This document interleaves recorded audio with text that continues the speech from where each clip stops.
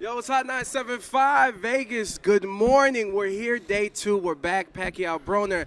And I'm sitting here with the coach, Jonathan Coachman. What's up, man? How you doing? Man, I'm good. It's a pleasure to be with you and see you. And I understand you just got a new gig. This is your new gig after a month. Yes, we've been out here a month. Man, everybody knows. Everybody's talking about you in the morning show. So even over in Orange County. I just moved to Orange County, and they're talking about you guys. Of course. They're like, yo, did you hear about Heavyweight? Yeah.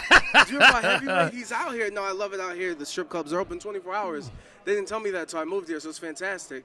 How often do you do your show from the club as you're getting ready to leave? You can just stay. No, I'll be like, guys, it's 5 a.m. It's I'm going to be on the air in an hour. Let me go take a shower and go to the station. So at 6 a.m., we're good to go. Now, so you're here with Showtime? Yeah, man. You'll be doing the desk, pregame, all that stuff. That's right. To the That's fight? right. I'll be doing the pre-show. I'm thrilled to be a part of the Showtime crew now. And this was kind of the final puzzle piece, so to speak. It's taken me the full year of transition because anytime, as you know, that I've been very lucky. I've been on national TV for 20 years since right out of school, man, and I'm still very young, but I got very lucky. We're about to get into it. Yeah, and so I knew that as I transitioned, this is kind of the second act for me. This is like the second part of my career. So I knew it wasn't going to be easy leaving ESPN, but I knew it was the right thing to do. And now we have everything set up, and Showtime is going to be a big part of that. Now, have you done boxing before? Yeah. It's funny because me and my best friend Todd Grisham, he's the voice of Glory Kickboxing, and he does DAZN as well. We're like a duo, right? And we're trying to change the world on how things are done. And what I mean by that is he got hired by Golden Boy to do 6 fights on Facebook out here in September, and he got so busy with his other gigs, and I manage him. I'm his manager, so I called him up and I said he can't make the final 5 fights. And they're like, what are we going to do? We already did the deal. And I said, I'll just fill in for him. And so that's how I started doing play-by-play for boxing, is working for Oscar De La Hoya. And it was great because it was on Facebook. People all over the world could see it, but it was a good way for me to cut my teeth doing boxing, which is a little bit different than calling wrestling or calling sports or golf or whatever. But I realized that I love being at ringside, and this boxing was one of the things I wanted to get into when I left ESPN. So hosting is probably what I'm best at, but I love doing play-by-play as well. Give a tip to a kid out there who wants to be in broadcasting, because your versatility. I remember seeing you on BET doing the HBCU games. Yeah. And then turning on Monday Night Raw, and there he is again. Just some tips to somebody who's trying to get into the business, because you hustle and you work your ass off. Even to this day. And nothing drives me more crazy than when I see somebody who's quote-unquote made it, and they feel like they can be on cruise control for whatever, the next 20 or 30 years. I'll never be like that. I got 2 kids that I want to look up to me. I've got a lot of – I speak to a lot of kids in high schools and colleges, and the world's different now than when I came out. There's so many different ways to be on the air. And so I tell them all the time, you got to hustle. You got to be laser focused. You got to have different interests, because if you want to do A, but the people who run A aren't filling you, then you need to be able to do B. And if that doesn't happen, you got to be able to do C. And so that's what I've decided to do. That's why I'll never have all my eggs in one basket ever again, because it can lead to frustration if what you're doing isn't what you want to do. And that's why we ended things at ESPN, because I'd done everything that I wanted to do, but I wanted to have my own stuff. Yeah. And the bosses weren't feeling it. And that's okay. They can do what they want to do. But I said, I know I'm good enough to be a part of other projects and other things. It's just going to take a little while to do it. And so it took a year, but we still worked during that year, right? But now we're all set up, and all the projects are set and signed, sealed, and delivered. So it's been a lot of hard work, but that's why I tell kids all the time, you can't ever stop. And when you run into a door or a wall, you can't stop, because this is a hard business, man. Yeah. Absolutely. It's a hard business, and the higher you climb, it's like a pyramid. It's the less jobs there are. At the 100%. Top, there's only a few. Yeah, 100%. So you got to always remember that. So when we talk about boxing, you getting into the boxing world, in terms of preparation or being around the atmosphere, being around the fighters, what are some of the similarities you see boxing, WWE, with some of the wrestlers and everything, and their mentality, all that? There's a lot, but there's also a lot of things that are different too. A lot of the boxers I've run into don't quite understand how entertaining they need to be to have their face on a poster and be the guy that people are paying $70 to see fight. And in order to be that guy, then you need to understand what it takes to get there. And you could look at guys like The Rock or look at guys like Conor McGregor. And I call the fans on social media the 1%ers, and they hate that. And because it's less than 1%, but those are the people that speak out. But it's the other 99% that really get it. And so as a fighter, you need to understand what it takes to get your personality over, as we call it in the wrestling business. That's just as important. 100%. And when you're a WWE performer, when you come out, if you hear crickets, that's a problem. That's a problem, right? So, but to me, they get it more than the boxers get it because the boxers are working on their form. It's a sweet science and all that. But I tell boxers all the time when I sit down with them, listen, you got to look spectacular when you're fighting tomorrow night. You got to look great because when I'm calling your fight, or whoever's calling your fight, you want that highlight, that knockout to sound amazing. You want that highlight to be on SportsCenter or whatever show it's going to be on. So you need to think in your mind, I can't go after a 12-round decision. That can't be your mindset, right? No, and always go for the knockout. Always go for the knockout. And when you're a WWE performer, always go for the knockout. And that means making people go home, whatever town you're in, saying, damn, did you see that guy tonight? That's exactly right. That's exactly right. Now, with Manny, he's getting a little older. I feel like as he goes on, the training camps are going to be more and more difficult for him. Not necessarily because he's getting older and the endurance and everything. I just think for boxers, camp is where you're busting your ass. And Pacquiao kind of needs to be like LeBron, where he's like, hey, I don't need to exert all my energy in practice. We have the technology. I can view tape. I can see how he fights, but I don't want to use all my energy in camp. We get to the 6th round, and I'm weak legs. Do you feel like Pacquiao, as he gets older, he can kind of, overcome some of those things that he's going to have to? A year ago, I would have told you that he didn't have more than maybe a year left. Really? But now, after how he looked in the last fight, I think all the points you just made are the reasons why most guys don't get out on time. Because they, how else do you make a living? How else do you make that kind of money? And for him, he needs to go until all of that is not a chore. Because the minute you start shortchanging yourself, then you're going to shortchange yourself in the ring. And you're going to get to round 6 or round 7. And what was once your strength, your endurance, being in shape, all that kind of stuff is now going to be your weakness. And you don't want to have to think about, am I going to get tired in round 7? So many fighters, whether it's MMA, whether it's boxing, whether when they look at it, they go, can I go past here? And if you can't, that means you got to train harder.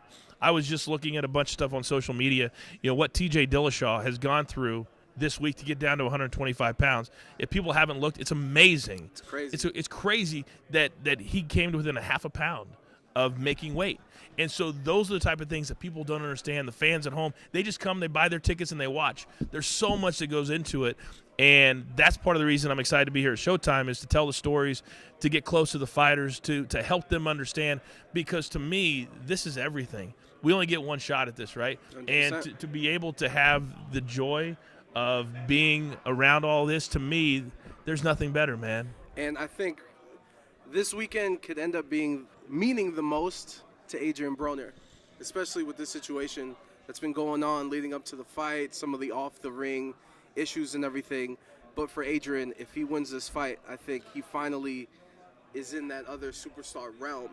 So for Adrian Broner going into this weekend, what would the win mean in this fight? It would mean everything.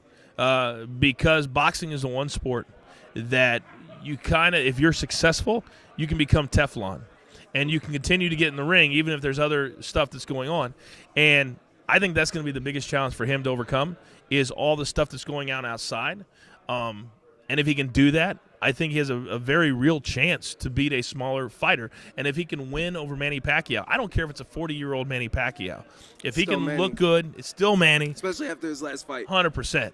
And that's, I think, one thing we're going to be showing on Showtime is how good Manny Pacquiao looked, and kind of breaking down what both guys are going to have to do. But now, I just told you about the pyramid in our profession. Well, there's a pyramid in every profession. right? And there's Pacquiao's only up one, there. right? And there's only one guy at the top, but there's a few guys that are right below whoever that one guy is. And Adrian Broner wants to be one of those guys. But you got to win fights like this. You can't lose to a 40-year-old Manny Pacquiao and still expect to get a 7-figure payday down the road against somebody else. There it is. Now, can we talk some wrestling, man? Man, I love talking wrestling. I'm a dork. I was very excited to do this. I had to let the people know I needed to talk to you. So, my first question. Yeah. Is Vince McMahon the hardest or most difficult boss? And when I say hard, I don't mean like he's the worst boss. I understand. I just mean the expectation from what he expects from you. Is Vince McMahon the hardest boss you've had? Well, he's the hardest boss that I'll ever have. When I left in 2008, I said two things to myself because it was a very amicable, I had the ESPN opportunity. There was no way I was going to pass that up. And he called me in, and I've always had an incredible relationship with him. I've never told him no, except for one time, and that was to go to Afghanistan for the third time. And I had my daughter is being born, and my now ex-wife just didn't want me to go. But he's very, very difficult. And I said when I left, I said anybody else that I ever work with, it'll be like working for Mr. Rogers compared to working for Vince. And that's how I've been able to deal with you got good things and bad things. And not everything at ESPN was great. And there were times where I was disappointed that I thought I should have gotten a shot and somebody else did. But I always go back to things that Vince has taught me. And business comes first. And you can't let emotions cloud your judgment on what you want to do. A lot of things that I've learned being around him and also The Rock a lot that just drives me every single day, because a lot of times you can lay in bed and not want to get out of bed in the morning, but you got to go get on that airplane. You got to get to the show. You got to put on the show. And for somebody who's 75 years old to still be at basically every single show, that tells you a lot, and that's the way that I want to be. I loved working for him. I still love working for him. And we have a very it's a special relationship. We understand each other. And I've always been that guy that he wanted right beside him, hosting the press conferences, going to Iraq or Afghanistan, whatever it is, because he trusts me. And trust and loyalty, respect, those are big words in our business. If you had to pick a wrestler for Manny Pacquiao, who would Manny Pacquiao be in the WWE? Oh, gosh. All time. I feel like Bret Hart. See, because of his size, I've always said like Rey Mysterio, because Rey was never a big talker. And Manny's not a big talker, but he looks spectacular at times, right? And what has Rey done over the years? Gone away, come back, gone away, come back, gone away, come back. And that's what Manny has kind of done. And Manny, the Philippines, Rey, Mexico. There you go. There it is. Now, this one's going to be interesting. I really don't know who you're going to pick for Adrian Broner. Wow. That's Manny, tough. he's just kind of a bad boy, but I don't think he's as nasty as he thinks he is, or as he wants all of us to think that he is. Man, Which heel? It would be a straight heel, no question. I'd say maybe like a Dolph Ziggler, because Dolph is when he's really on his game, he's so annoying. He's one of the best. He's one of the best, and you say to yourself, man, I hate that smile, I hate that arrogance, but he's so talented on the mic. He just hosted the challenge. The challenge reunion. Comedy, stand up, yes, all that. You've got to be able to do a myriad of things, and I think if I was to compare Adrian Broner, that'd probably be who I'd go with. Well, you bring up Dolph, bring up Cleveland, born and raised in Cleveland. I got to ask you a question because you've kind of seen The Miz grow up into this. I mean, in my opinion, he's a bona fide superstar. 100%. And I know when he first started, who's this Aeropostale? I was on MTV Real World, whatever the heck. I don't think he had the respect, and he had to earn that. But how is it seeing that maturation? This is a true story. I may have only told it once or twice. Many people don't know this. But when he started, it was a very difficult locker room for him. And because the boys didn't really know if he was serious about being in this world. And when I mean serious about being in this world, I mean willing to go 300 days a year on the road. The schedule now is so different and so much more intense than it's ever been. And so, but even back then. So back then when he started, I was kind of a hybrid. I was in the ring a lot, so the boys respected me, but I was also part of the office, so to speak, and still an announcer a lot too. So I had him come out with us, and I was like, just keep your mouth shut and just blend in. And eventually your hard work will show all the boys that you want to be here. I've never in my life, in 1 year he was on TV 350 out of 365 days with repeats and reruns, the challenge, the real world, all that. So the first time we went out together, I've been out with The Rock. I've been out with the biggest stars in the world. I've never seen anybody get a reaction like The Miz did the first time we walked into a nightclub from all these screaming 21-year-old girls. That's when I knew he had something. And he had a girlfriend at the time, and he wouldn't talk to any girls. He was so laser focused on just wasn't his. He's always been like a single woman guy, you know. And this was before he met his now beautiful wife, who's so sweet. And now you look what he's become. And I tell people all the time, if you can't talk, it doesn't matter. It's throwing me off because he's saying Adrian, and my name's Adrian. So I was like, wait a minute, hold on, wait a second. Say that last part again. I'm saying that if you can't talk, then you're never going to reach the pinnacle. It's always going to be you've got to be able to talk.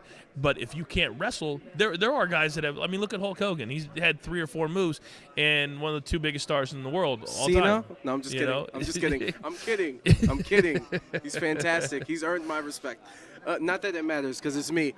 One thing I want to ask you about, which is totally, it's kind of kill the mood, but I recently heard this Bruce Pritchard podcast talking about the SmackDown on September 11th being, or post-September 11th being the first event in America. Yeah. Major sports event. Before baseball, everyone went away. Yeah. You guys went back, Houston, Texas. I was there. Is there, I guess, the emotion in that arena and just, because you guys were, if I'm correct in saying this, you guys were stuck there for a couple of days because obviously there was no travel. Week. We were in San Antonio the night before, and then we drove to Houston.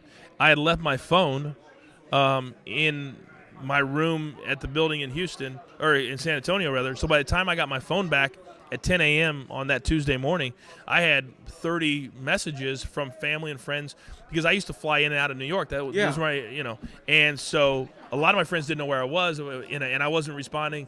And so it was an awful day. It was an awful day. And then that night, like 60 of us went to a gentleman's establishment that we shared Las the park. Vegas? Like, what up? What's up, Las Vegas? We and understand. because we were tired of watching that Terrible. horrible scene from New York, and so we were stuck there the whole week. And then Vince chartered a plane on that Friday. If you wanted to fly back to New York, you could, or you could just drive to Nashville, which was our next city for Raw. So I just chose to drove from Houston to Nashville and spend the weekend on the road. But that night in the arena, I'll never forget, Lillian Garcia used to sing the national anthem every night. And when you hear it 100 nights a year, you get, whatever. That night was special. And you can't describe raw emotion like that. And everybody in the building, because it was the first event that happened after. It was on Thursday, so it was 2 days later. And then a lot of people were like, is it too soon? I mean, when is it not too soon? You don't know. You don't know, but you got to get back out there. It's like anything. You got to get back up. You got to get back out there. And that's what we did. But it was a long 5 or 6 days, no question. And going into that SmackDown taping, Vince even said, or did he say, if you don't want to do this, yes, you don't have to. There were several with your family. Yeah. There were several times that over the years that Vince would say, if you don't want to, you don't feel comfortable, whether it was going to Iraq, whether it was going to Afghanistan, or whether it was doing this particular SmackDown taping, because we didn't know. You know, remember Nobody the time did. nobody knew. Everywhere.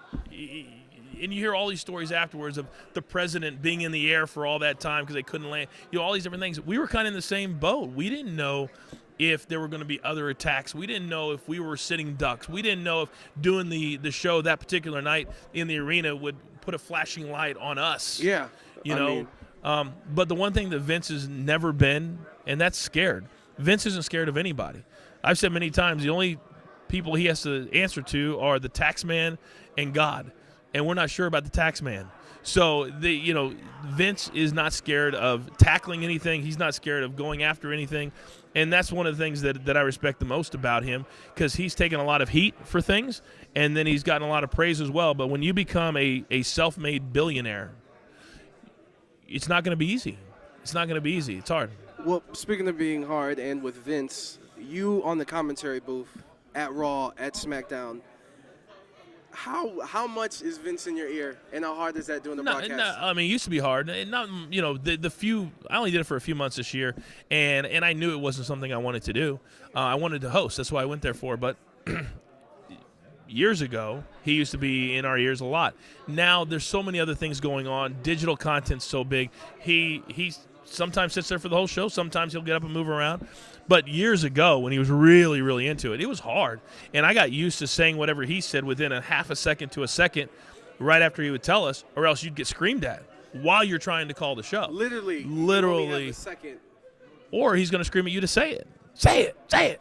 So you get God damn it. Say it. You get really used to, but then you also get used to, telling stories the way that he's wanted. And for all the fans that go, I hate the way they do it. Really? You watch every show, you watch it, and yet all you want. Their wrestling fans does complain. matter, though. It does matter, but on social media, I tell fans a lot, just enjoy it for what it is, right? That's true. Like I've always wanted to be a sportscaster because I love sports. I didn't want to be a sportscaster so I could break people down. I didn't be a sportscaster so I could say how bad I think you are, how good I think you are. I just love it. I just love it, and it's a great way to make a living if you can do it. So I just tell fans all the time, just enjoy it for what it is. There it is. 2 more questions before we get out of here. Your favorite match or favorite moment in your WWE, WWF history? Mine's easy. San Diego, 2006 or 7. I was in a feud with Eugene. And by the way, me and Eugene are doing it too. Again? We're doing it this summer. We're going to wrestle one more time. He kind of called me out. But it said WrestleMania just once. That's all it said. We're doing it again. Well, here's the thing. My dad, about a month ago, had a heart transplant. And so it really kind of changed a lot of what I was, how I thought about things. So part of what I want to do moving forward is organ donation awareness is a big thing. And it's not just about money. It's about people being organ donors. And so we're going to do a big event in South Dakota. It's going to be a big fundraiser for organ donor awareness. And I'm going to go up and I'm going to embarrass him in front of his hometown fans. Still talking trash. 13 years later. But that's right. It's never going to stop. But The Rock called up, whatever it was, 06. And he's like, hey, I'm going to be in L.A. You guys are going to be in San Diego. I'd like to do something with Coach and Eugene. So we snuck him into the building. Nobody knew he was there, which is very difficult to do. Yes. And it was supposed to be about a 10 or 11-minute segment. And it ended up being 23 minutes. And it's The Rock. What are you going to tell him, no? And that's what he said to me. I said, man, Rock, this feels like it's going to be longer than what they gave us. He goes, Coach, what do I always tell you? If it's great, there's nothing they can do. And I learned so much from him. I'm also the Scorpion King. There you go. There you go. And it was such a magical moment when they hit his music. They were yelling at me, calling me every name in the book. Eugene's backing up the ramp, and then The Rock comes out looking like $1 million, and one of those special pops. It was awesome. There's very few pops like that. That was my favorite by far. And before we get out of here, we need a prediction. Pacquiao. I'm Broner. going Pacquiao, just because I don't think Broner can focus for 36 minutes. Okay, I know Pacquiao said he might get a knockout. You don't think knockout? I think Broner, it might be too big for him, especially by the time he gets into the ring. He's probably going to weigh, 165, 170? Yeah. I just think it's going to be I think he's going to look great for 12 rounds, but I don't think he can knock him out. I just don't. I could be wrong, but I don't think he can knock him out. But I think he will win. Well, we'll have to see. The legendary Jonathan Coachman. I just want you to know, this means a lot to me. We're able to talk. It's 5-year-old Adrian, 5-year-old heavyweight, wherever you are. You made it, kid. Hey, there you go. Hot 975, Pacquiao Broner, Media Day 2. My man.